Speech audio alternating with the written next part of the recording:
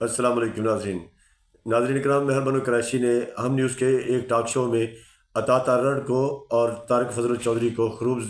ذلیل و خوار کر کے رکھ دیا ہے۔ مہربانوں کا کہنا تھا کہ عطا تارڑ جیسے جاہل کی کسی بات کا جواب میں دینا مناسب نہیں سمجھتی، اور طارق فضل چودھری کو بھی خوب آڑے ہاتھوں لیا۔ آئیے پہلے یہ ویڈیو دیکھتے ہیں، پھر اس میں بات کرتے ہیں۔ خان کی بات کی تو میری ذاتی رائے میں ابھی تک اس پہ ایک سپریم کورٹ کی ججمنٹ ہے جس میں جواد اس خواجہ صاحب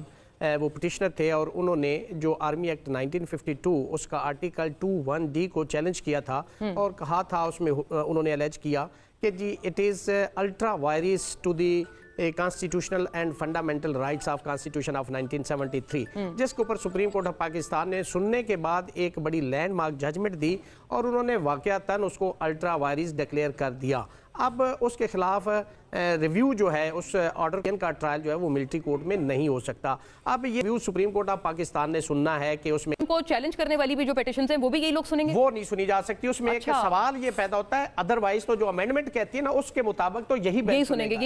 گا، لیکن ہماری بینگ اسٹوڈنٹ آف لا اس پہ رائے یہ ہے کہ چونکہ یہ بینچ تو اس امینڈمنٹ کی کریشن ہے تو no one can be a judge اس کو تھوڑے کھلے الفاظ میں بینیفیشری کہہ سکتے ہیں، for his own cause، وہ اس کو نہیں سن سکتے۔ تاسو موٹو میں ہم ہمیشہ کہتے تھے کہ اس کے خلاف اپیل ہونی چاہیے، پھر اپیل کے خلاف ریویو بھی پرووائڈڈ تھا۔ اس امینڈمنٹ کے اندر یہ دونوں چیزیں لیپس ہیں، سائلنٹ ہے، اس پہ 26ویں ترمیم ہے، اور اگر اس پہ یہ ہے اور یہ جو سینئر ججز پہ بینچ بنایا گیا کانسٹیٹیوشن بینچ کل۔ بسم اللہ الرحمن الرحیم، بہت شکریہ آپ کو مونا، آپ نے پروگرام میں دعوت دی۔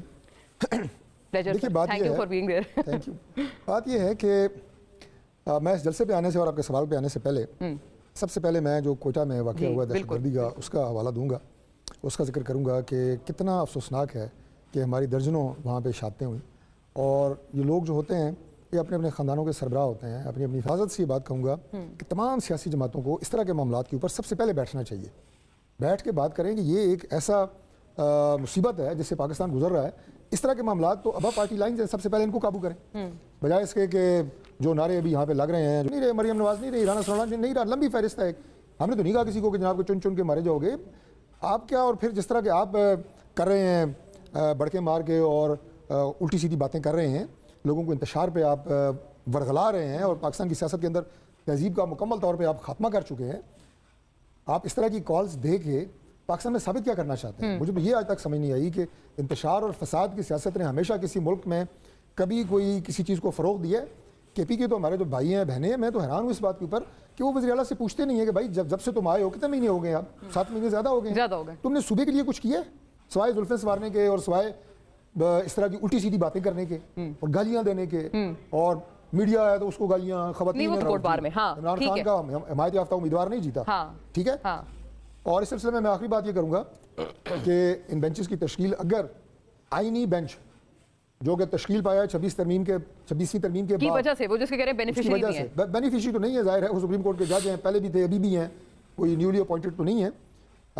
لیکن اس وجہ سے وہ بینچ بنا ہے نا۔ ہاں، تو باقی بھی جو سپریم کورٹ کا ٹوٹل جی بسم اللہ الرحمن الرحیم، عطا تارڑ صاحب کی جاہلانہ گفتگو پہ تو میں کوئی کامنٹ نہیں کرنا چاہوں گی۔ جہاں تک ملک میں امن و امان کا سوال ہے تو جی دیکھیے آج ہم سب کے دل رو رہا ہے، آج اقبال ڈے ہے، اور علامہ اقبال کا جو خواب ہے وہ لہو لہان ہے اور سسکیاں لے رہا ہے، مگر بدقسمتی سے اس خواب کو سنوارنے کے لیے